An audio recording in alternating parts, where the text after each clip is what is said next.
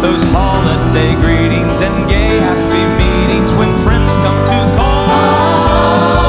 It's the happiest season of all. There'll be parties for hosting, marshmallows for toasting, and caroling out in the snow. There'll be scary ghost stories and tales of the glories of Christmases long, long ago. It's the most wonderful time of the year. There'll be much mistletoeing and hearts will be glowing when loved ones are near. It's the most wonderful time of the year.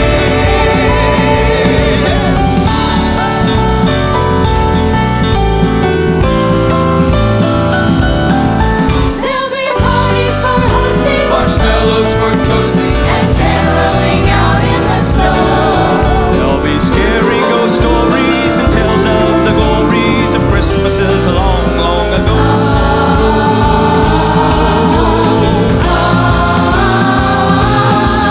It's the most wonderful time of the year. There'll be much mistletoeing and hearts will be glowing when loved ones are near. It's the most wonderful time. Yes, the most wonderful time. Oh, the most wonderful time of the year.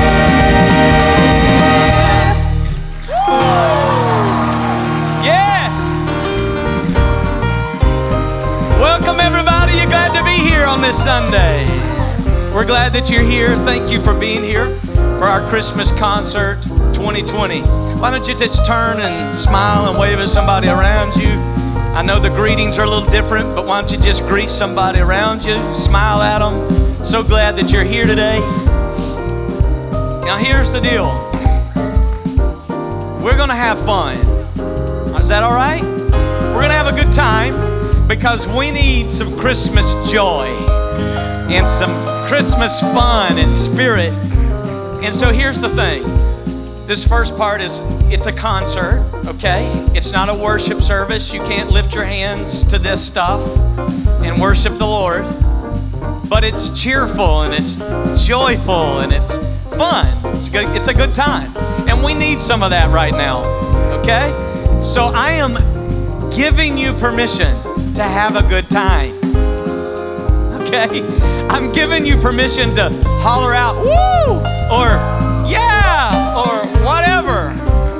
During any of these songs, these solos, whatever, enjoy yourself, have a good time. And then at the conclusion of this, we're gonna bring it to what it really means to us this season and remember that together. But have fun, okay? Smile, laugh, enjoy. Let's just have a great Sunday. Y'all ready? All right.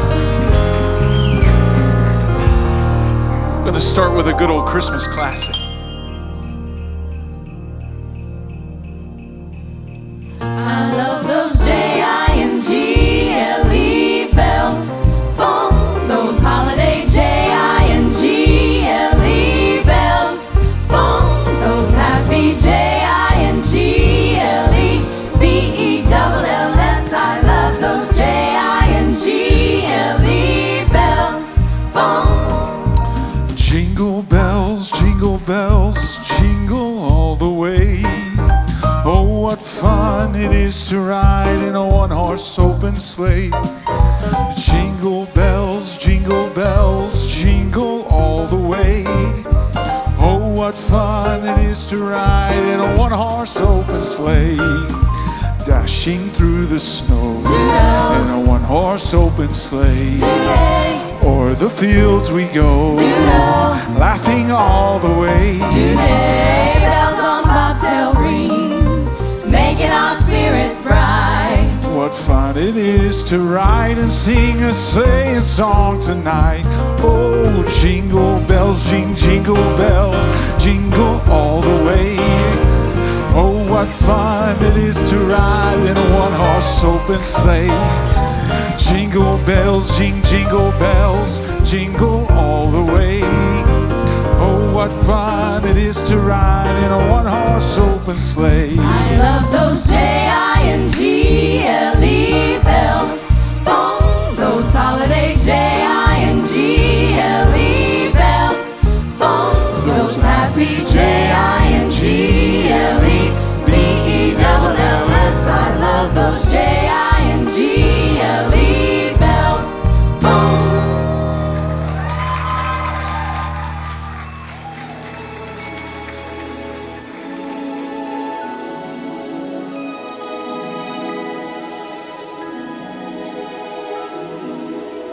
How about that snow last week?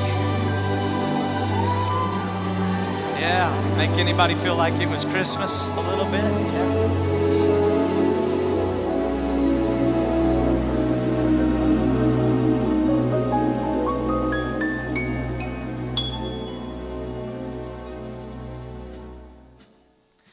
It's beginning to look a lot like Christmas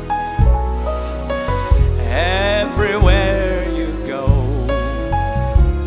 Take a look at the 5 and 10.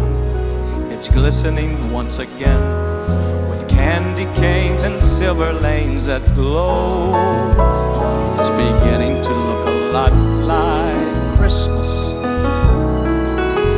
Toys in every store, but the prettiest sight to see is the holly that will be on your own front door. A pair of hop-along boots and a pistol that shoots is the wish of Barney and Ben.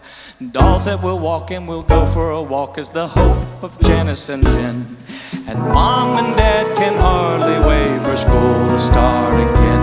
It's beginning to look a lot like Christmas everywhere you go. There's a tree in the Grand Hotel, one in the park as well. It's the sturdy kind that doesn't mind the snow. It's beginning to look a lot like Christmas. Soon the bells will start, and the thing that will make them ring is the carol that you sing right within your heart. Take it away, man.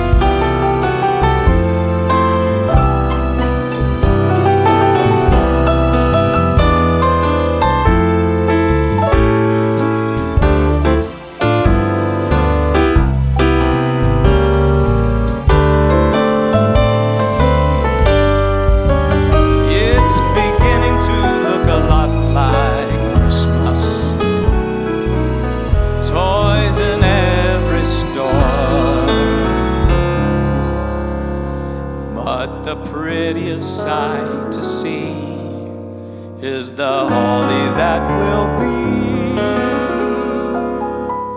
on your own front door.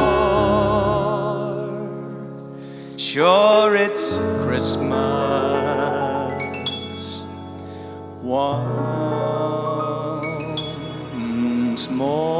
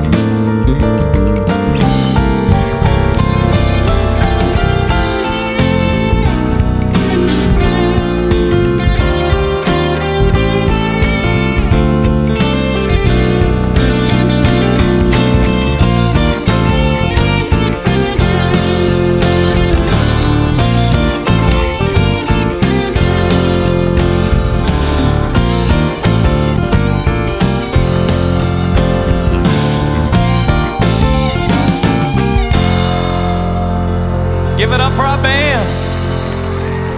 Woo!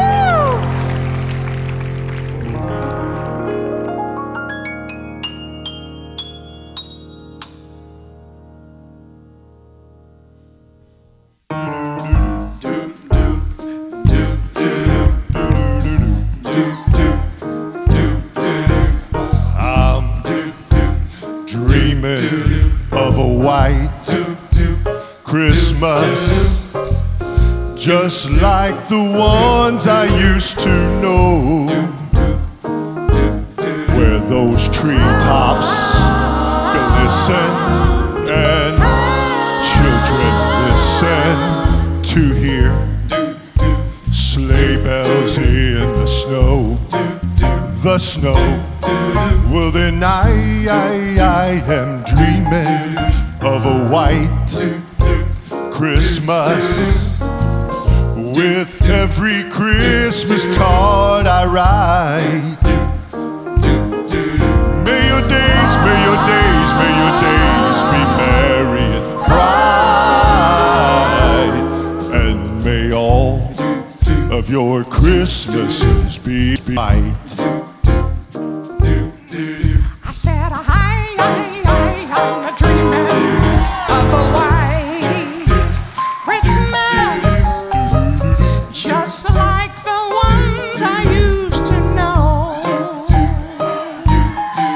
where the treetops glisten and children listen to hear sleigh bells in the snow. I said, I'm a dreaming of a white Christmas, with every Christmas card I write. Oh, may your days, may your days, may your days be merry and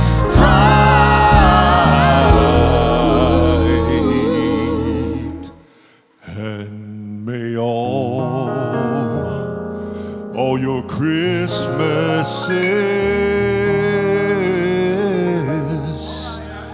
be white.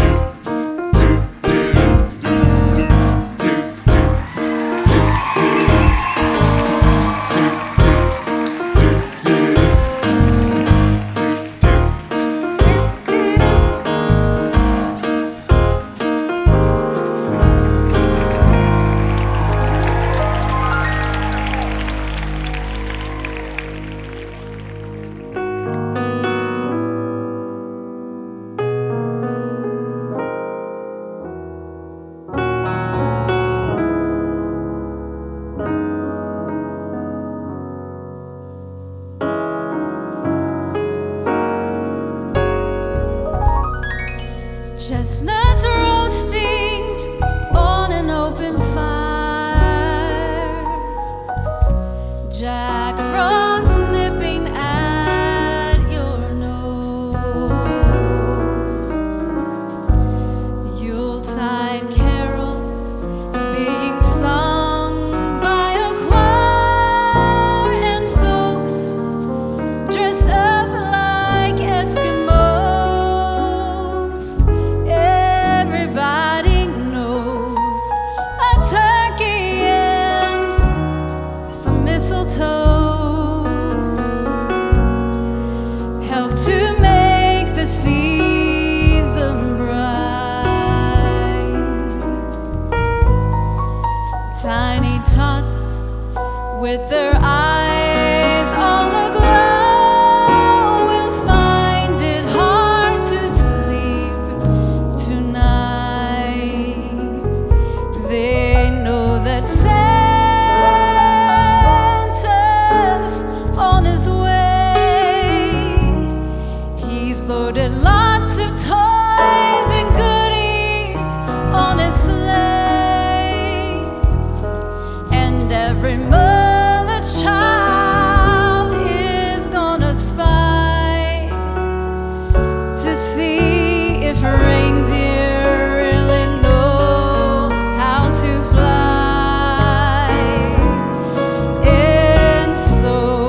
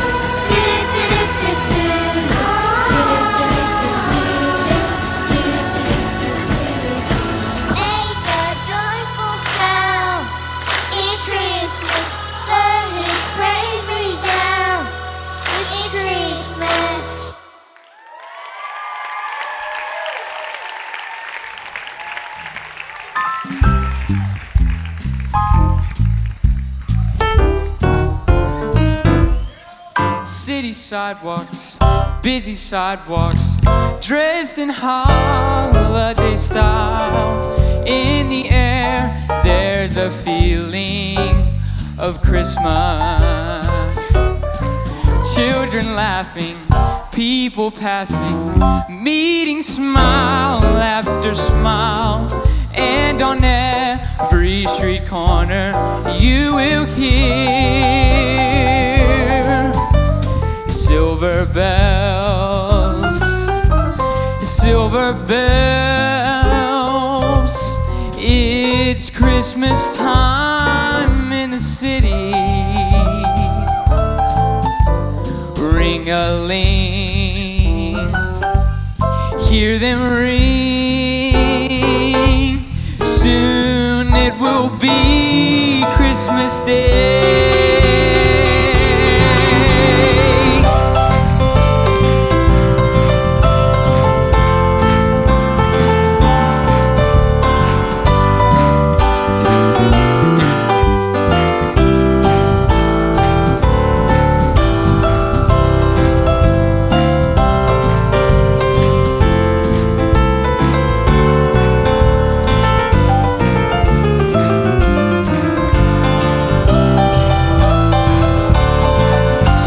Streetlights, even stoplights, blink of bright red and green as the shoppers rush home with their treasures. Hear the snow crunch, see the kids bunch. This is Santa's big scene, and above all the bustle you will hear silver bells, silver bells. It's Christmas time in the city. Ring-a-ling, hear them ring. Soon it will be Christmas Day.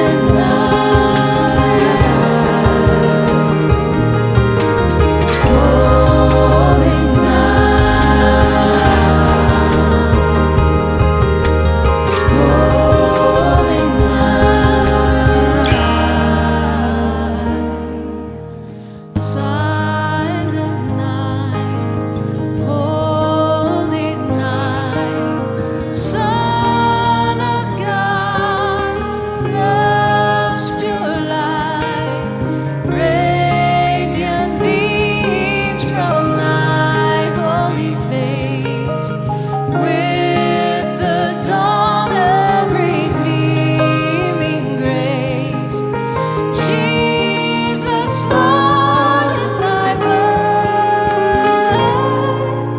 Jesus, Lord, at thy birth.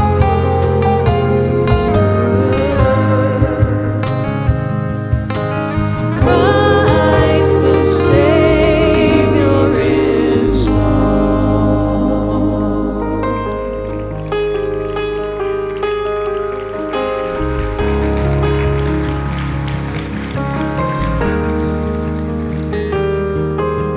The noise and the bustle began early than usual in the village.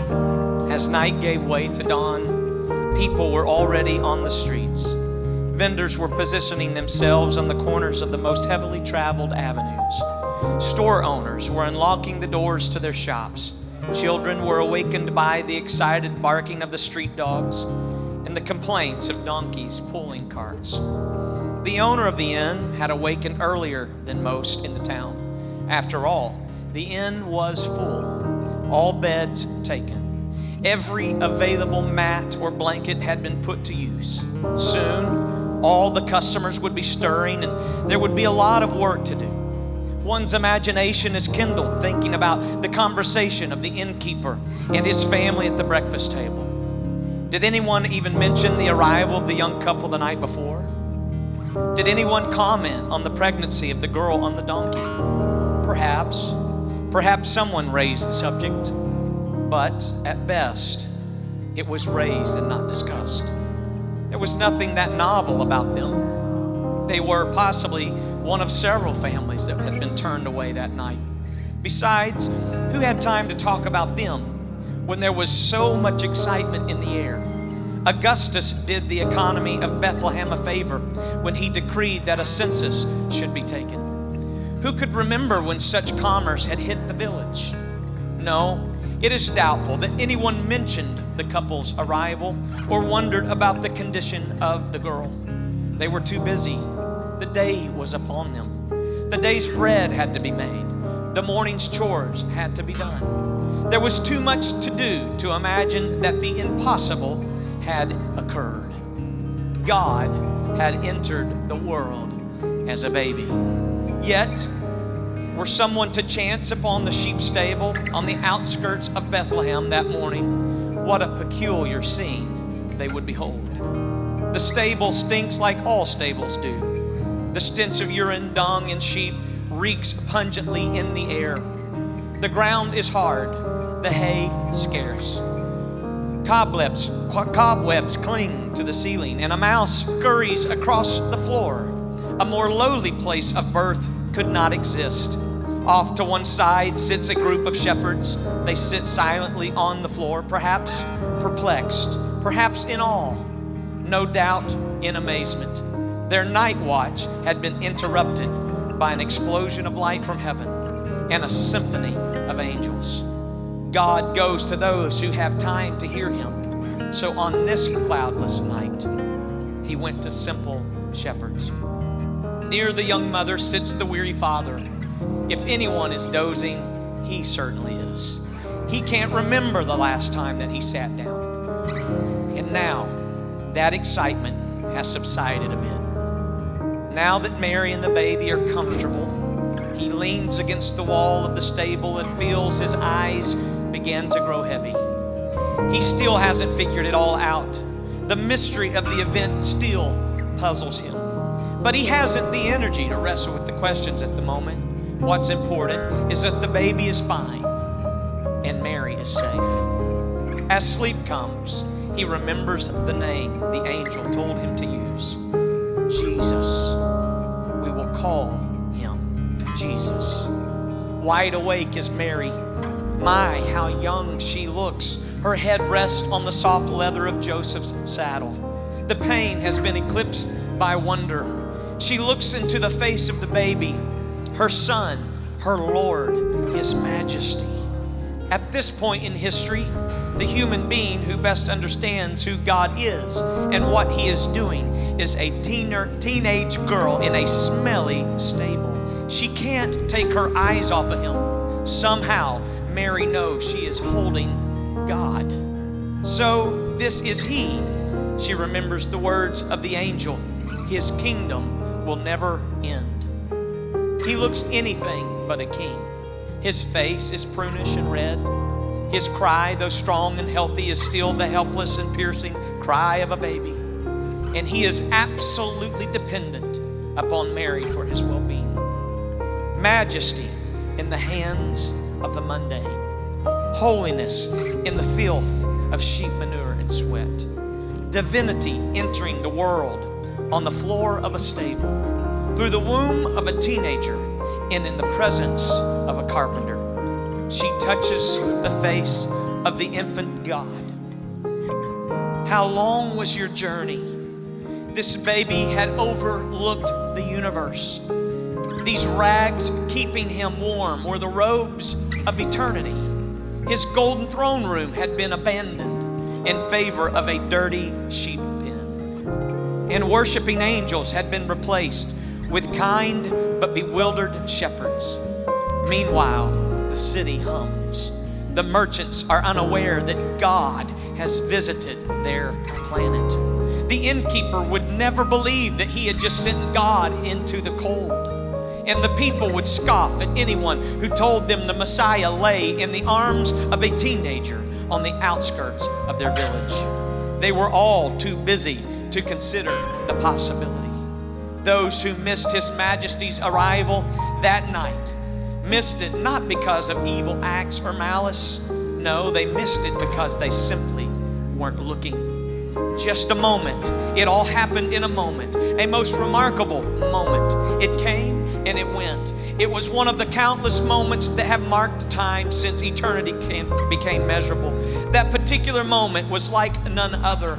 A spectacular thing occurred. God became man. While the creatures of earth walked unaware, divinity arrived. Heaven opened herself and placed her most precious one in a human womb. The omnipotent in one instant made himself breakable. He who had been spirit became pierceable. He who was larger than the universe became an embryo. And he who sustains the world with a word chose to be dependent upon the nourishment of a young girl. God as a fetus, holiness sleeping in a womb, the creator of life being created. God was given eyebrows and elbows and kidneys and a spleen. He stretched against the walls and floated in the amniotic fluids of his mother. God had come near. He came not as a flash of light or as an unapproachable conqueror, but as one whose first cries were heard by a peasant girl and a sleepy carpenter. The hands that first held him were unmanicured, calloused, and dirty. No silk, no ivory, no hype, no party, no hoopla. Were it not for the shepherds, there would have been no reception. And were it not for a group of stargazers, there would have been no gifts. Angels watched as Mary changed God's diaper. The universe watched with wonder as the Almighty learned to walk. Children played in the street with him. Jesus may have had pimples. He may have been tone deaf. Perhaps a girl down the street had a crush on him, or vice versa. It could be that his knees were bony. But one thing is for sure. He was, while completely divine, completely human. For 33 years, he would feel everything you and I have ever felt. He felt weak.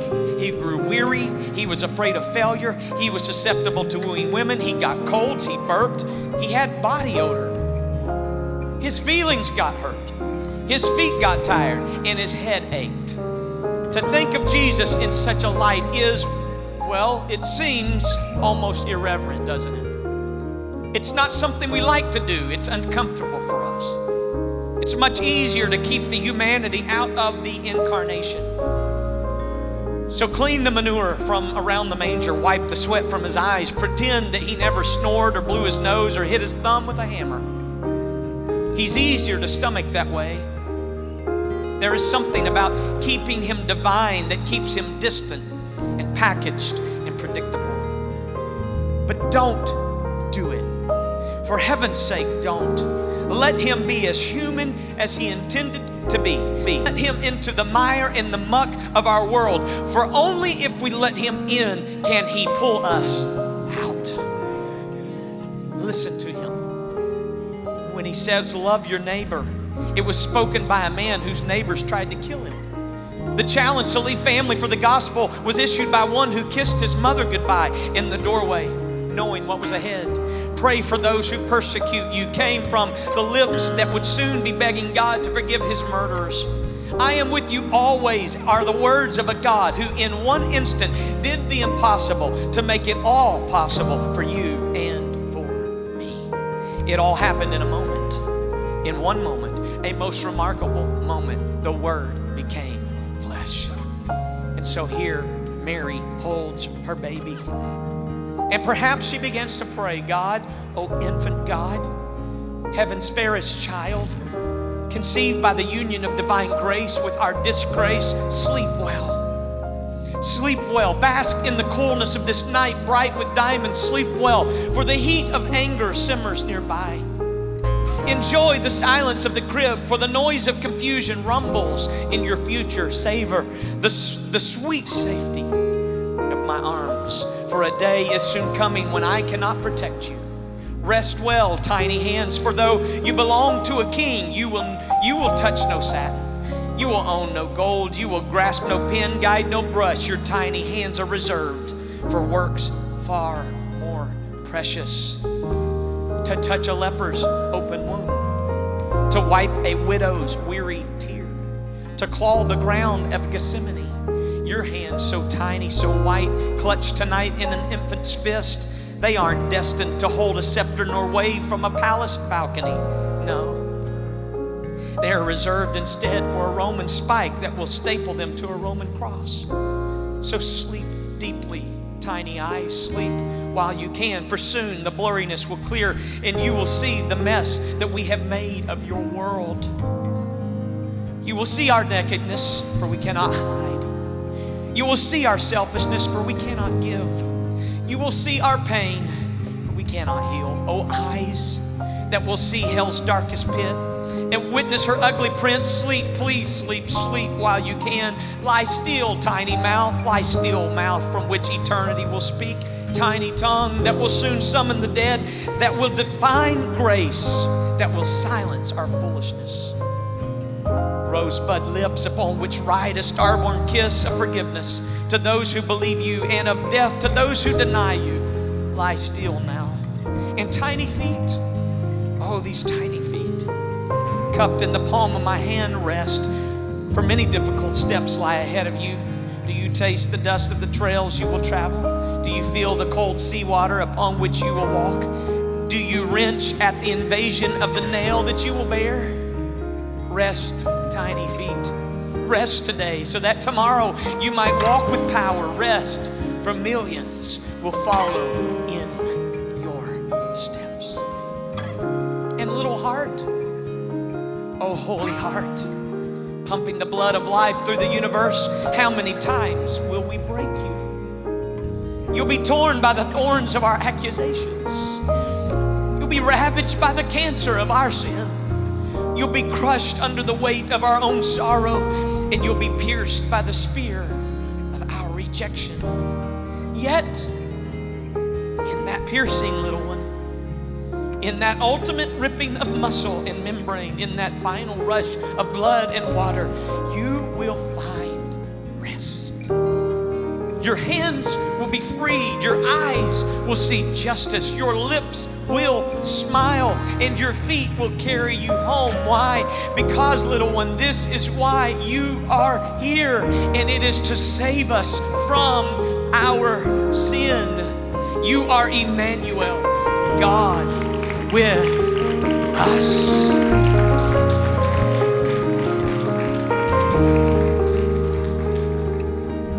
Are we still stunned by God's coming? Still staggered by the event? Does Christmas still spawn the same speechless wonder it did 2,000 years ago for each of us today? Guests will be coming this week Food will be being prepped, houses will be being cleaned, presents to still be purchased. What is this December demon that steals our eyes and steals our tongues? Isn't this the season to pause and stand in wonder that the God of the universe came and humbled himself, all for that purpose of redeeming us from our sin? Oh, what a moment it was when God came and robed himself in flesh so we could behold his glory. So I ask you today, will you join me in bringing an offering of praise and thanks and prayer to our Savior, to the one who didn't have to, but he did. He came, he dwelt among us.